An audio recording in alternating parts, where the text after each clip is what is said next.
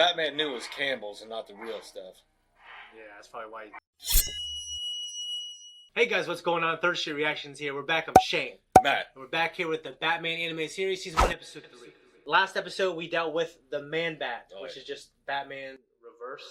But, you know, he was a decent villain, and obviously he's probably going to come back. I thought the action scenes were good. I thought it was legitimately kind of scary, especially that scene where he's attacking that night security guard. And there's just a lot of nuance to the show. Like, he wasn't just like a security guard. He was a security guard who dreamed of a better life and was practicing, like, his broadcasting voice on a tape recorder.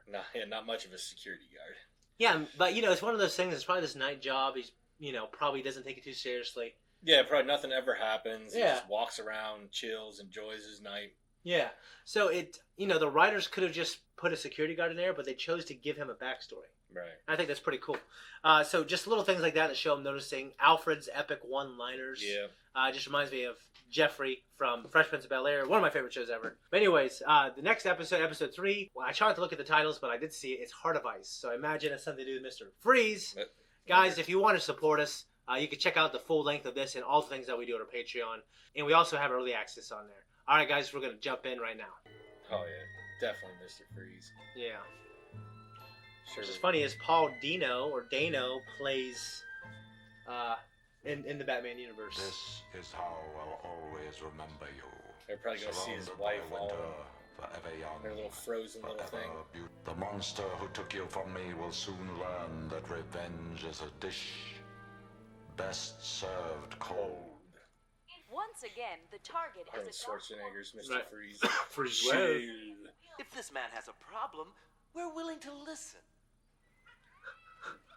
a heartfelt plea from the chairman of GothCorp, the People Company. This is cop's Summer got Gleason here. For Gotham Insider. It's funny, it's a black and white television too. Well, yeah, this took place back in the day, Shane. You just gotta look at the cars. But no, it doesn't, because there's computers, all this other shit. It's just... Bruce Wayne's a billionaire. He can afford whatever he wants. These are the stolen objects. They don't look like much alone, but in this configuration... My word. They combine into a massive weapon able to generate intense cold. Oh, stay where you are! Weeks. Yep, that really stopped him. She is trashy little stash. Oh, yeah. Look at it. It's like those guys that try to grow facial hair that can't. Yeah. I think I had a boogie on my nose. Well, I'm sure someone will comment on it if it's there. We got company! I'll handle this.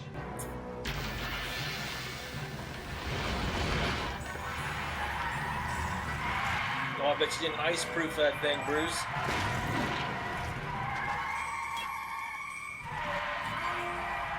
Should have gotten the all-season tires. Right?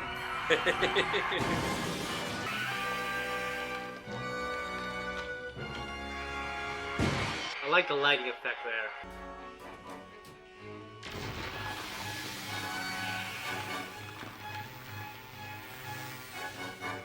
Are you done? What? Oh, you done? Oh, the Batman!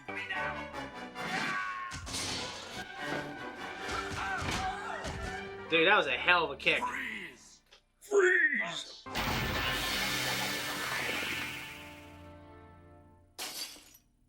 This is a personal vendetta. Since you ally yourself with my enemies, you leave me no choice.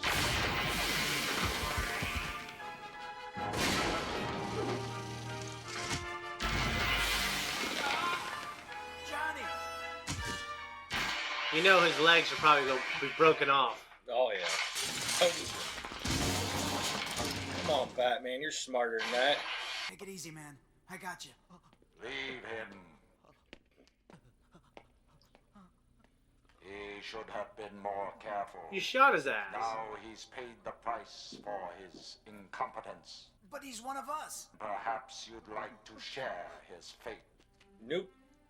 These guys are loyal to each other. That is funny. I mean, not that loyal.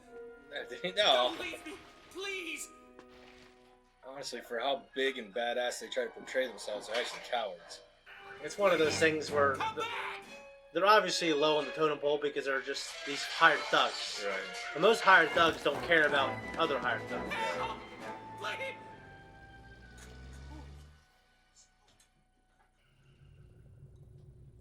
Oh, you lazy bastard, Alfred. Use the stairs. He's in a back to tank. I must say, you're showing a surprising amount of compassion for that man, considering he would surely have left you to die in his place. With all the compartments on your belt, you'd think there'd be one for tissues. Getting a cold? Thanks.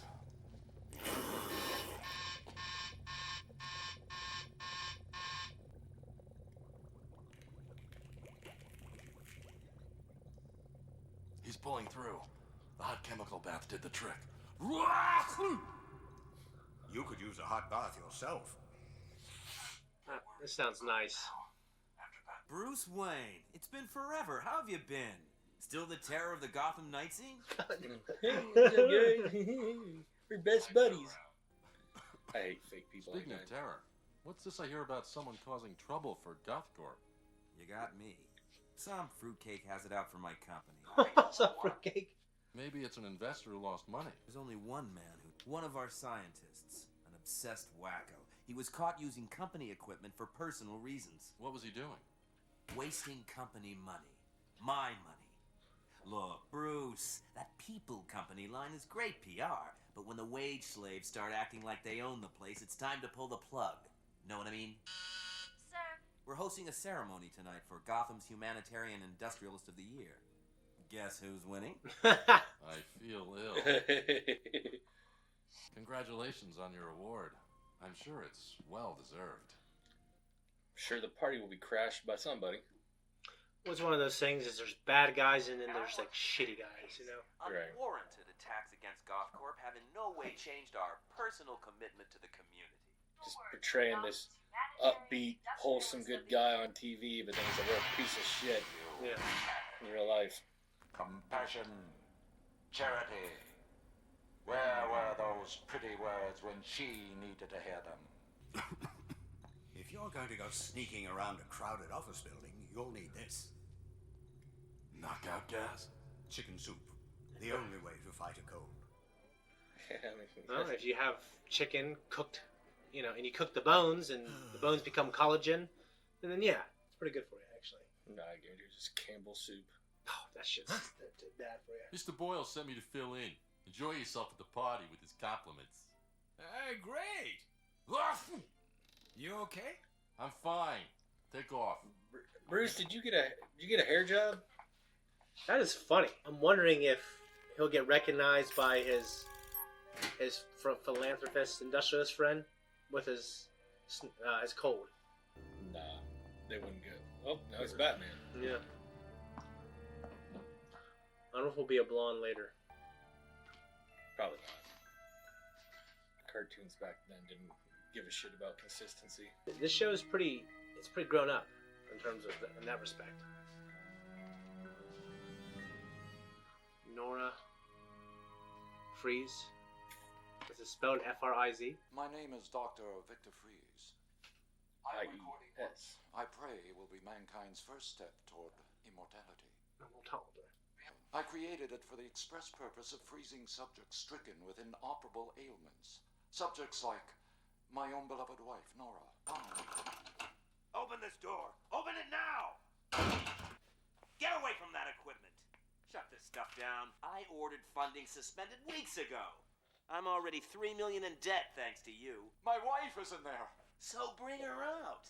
You Like, can't interrupt the process if it now. worked, you'd make billions.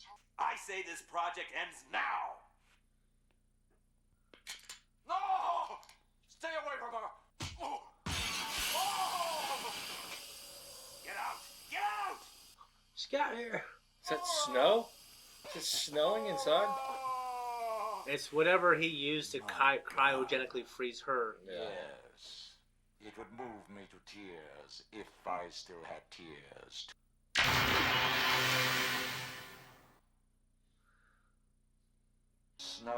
is beautiful, don't you think? Clean, uncompromising, And cold. like the swift hand of vengeance. I saw what happened to your wife. I'm sorry. Are they still in that same room? I'm beyond emotions. I can no longer survive out of a sub-zero environment. Tonight I mean to pay back the man who ruined my life, our lives. Even if you have to kill everyone in the building to do it. Precisely. Think of it, Batman. To never again walk on a summer's day with a hot wind in your face. Oh yes, I'd kill for that. Let's go. Those fucking guys.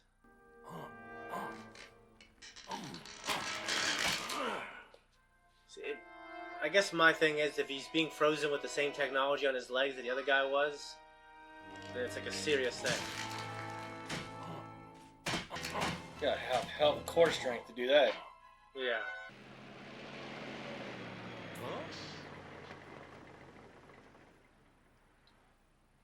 Keys?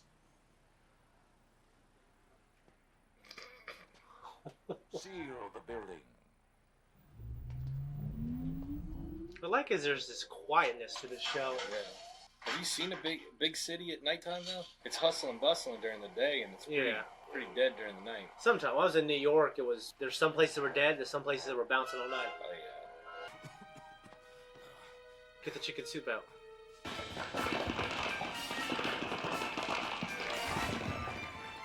Higher, higher. Let the evil that rots inside be cleansed by pure, unforgiving ice.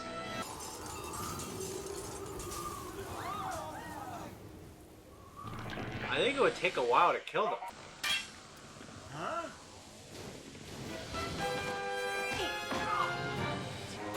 Honestly, if I was Batman, I think I might just let Mr. Freeze have this one. Yeah, but all the people though. He was, poor Mr. Freeze was done dirty. No, I get it. I think he should get his revenge, but not to kill everyone else to get it.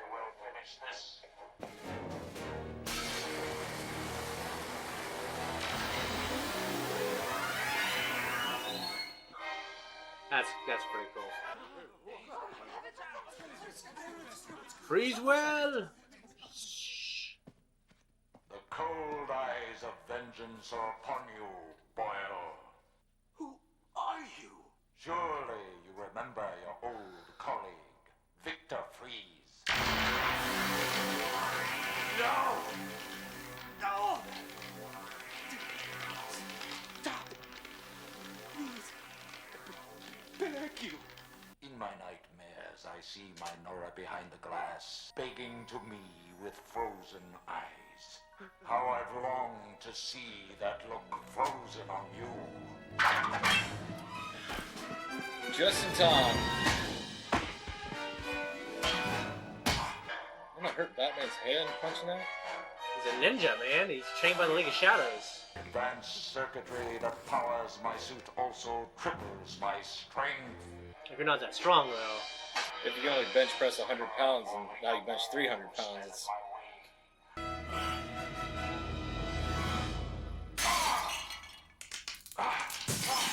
Oh, that hot soup came in handy. How I know, man. Batman knew it was Campbell's and not the real stuff.